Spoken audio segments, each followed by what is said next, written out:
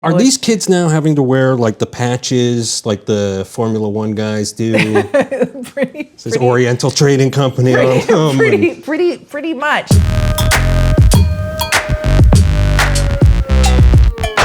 Hey everyone, welcome to Erin Explains, the show where my friend Erin explains something to me. I get a little more knowledgeable and we all grow in the sharing. And what are you explaining today? Well, today I am explaining. Should I introduce our special guest? Yeah, I think you should introduce the special guest. This little sweetheart is being watched. Unfortunately, his owner is trapped in England right now due to the airstrike that was going on. And I don't hopefully fellow YouTuber. Yes, Stalking Kafka. Check her out. Check her out. Link below. This is her adorable dog that I'm looking after Nola. For the next week. And will be joining us for the next couple of episodes. Yes. Okay, so what will you be explaining today? Well, you asked me a question about going back to school. We're at the back to school point, and you asked me a question about school supplies. Well, I noticed that all of my friends who have children, I myself am childless, though I don't like that term. I prefer a more PC term, like unburdened.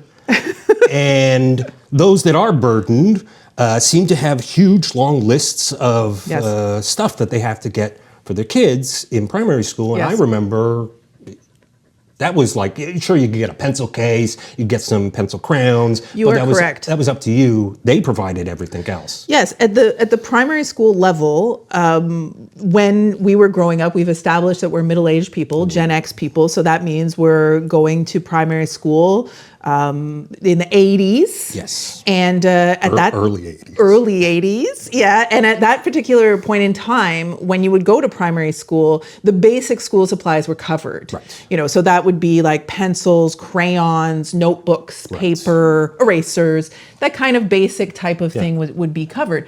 But there have been extreme levels of cuts over the past 30 years. We're Canadians, so 40. Okay. 40 years. 40 years, yes. All right. Thank you for the reminder. So yes, there have been significant amounts of cuts. We grew up in Ontario throughout the 90s, 2000s, 2010s, and today has continued to cut education funding. I should mention I am a teacher, so I'm not a primary teacher, but I am very aware of these types of issues.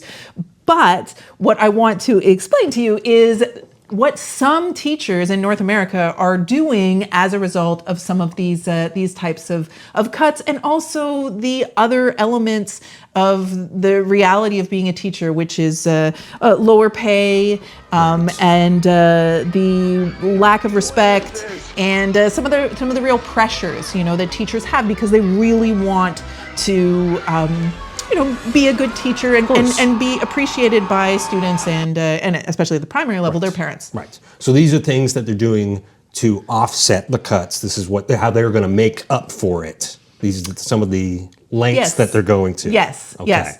And what would those be? Well, you find these on Teacher Tok. Now, I explained to you about Rush Talk.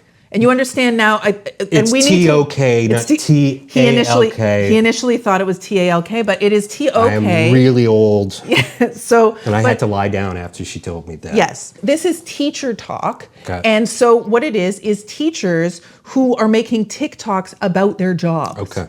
Yes.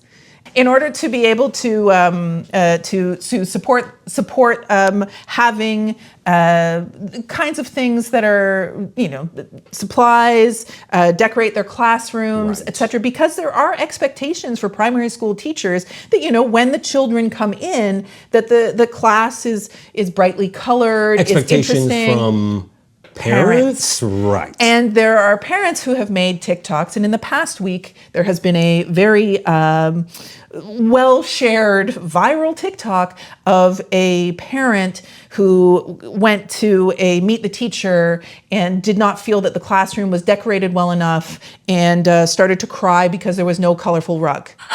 All I wanted was like a fun rug, a cool rug on the ground for him. Nothing.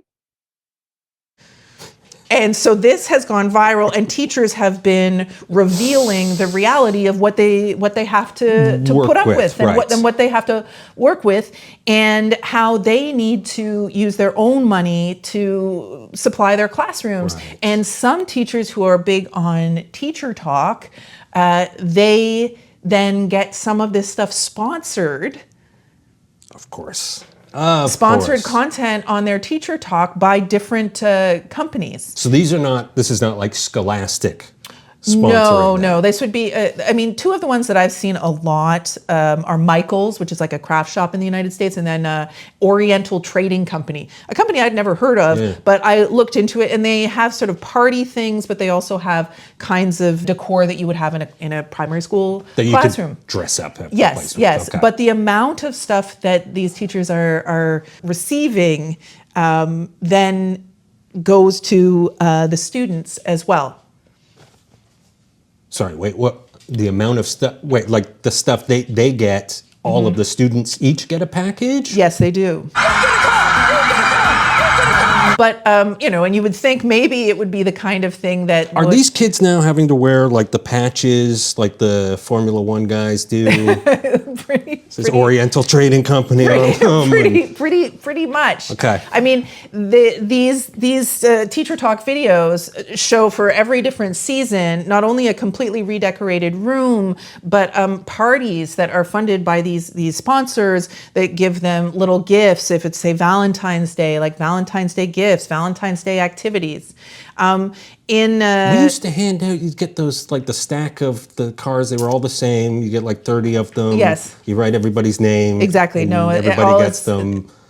On Teacher Talk, it's much more than that. And in fact, in Toronto, I believe it was a couple of years ago, a teacher gave out shoes to each of the students. Okay. Like Nike? Yes.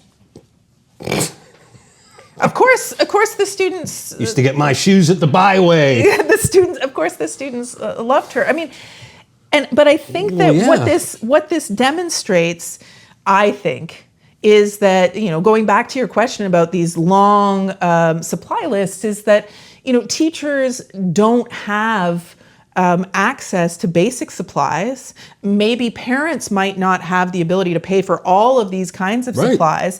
And then the only thing that's coming in to assist are these companies that really want to sell, not basic supplies, they want to sell all sorts of fancy sorts of extras. Well, sure, because that's where they make their money. Because that's where they make their money. Then what ends up happening, and lots of people are sort of raising this in comment sections, is that, if I'm not big on Teacher Talk, I'm not getting the sponsored stuff. You got to have the followers. Yeah, I have to have the followers to earn it, to be able to have it be something that one of these companies would want to sponsor.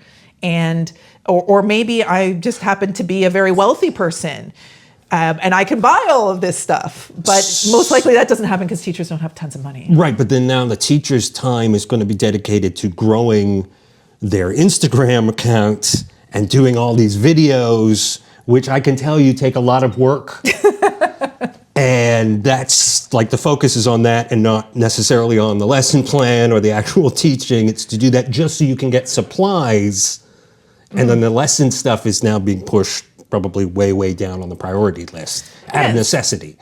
Yes, and then also there's a lot of sort of normalizing this situation, making it seem like this is good because now, you're receiving all of these types of products in your classroom to give to your students. Well, it is a solution. It's a terrible solution Inequitable. to a man-made problem. Yeah. And then also kind of romanticizing a teacher lifestyle. There are some videos where this is what I do in the summertime as a teacher, and it's a woman with a glass of wine who's laminating all sorts of little things for her primary school students, kind of thing. And so it's sort of romanticizing and normalizing, unpaid labor. Right. So really, isn't this fun? You get to do a craft on those 2 months you're not getting paid. Exactly. Right.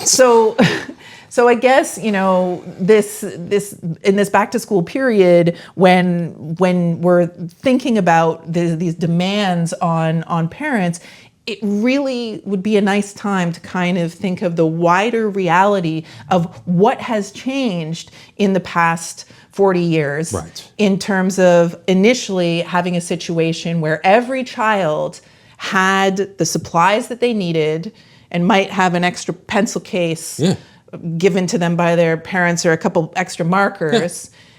You get some cool little pencil sharpeners. Yes, but had the fancy duotangs, and if you're not a Canadian, a duotang is a folder in the United States. Right. But having all of these We kinds had of supplies, cahiers as well. yes, cahiers and all of this sort of thing, and our textbooks were all supplied till now, where every parent is given a large list. This is how many duotangs you need. You need to have colored pencil crayons. You need to have crayons. You need to have this many. And this would pens include and things probably like glue sticks, scissors, safety, like all of that everything. stuff. Which I remember there was like a bin of Yes, safety yes. scissors. Well, now parents provide that for the class. Okay. So, yeah. So maybe instead of crying, they could have gone out to like a Goodwill and gotten a carpet. Yes.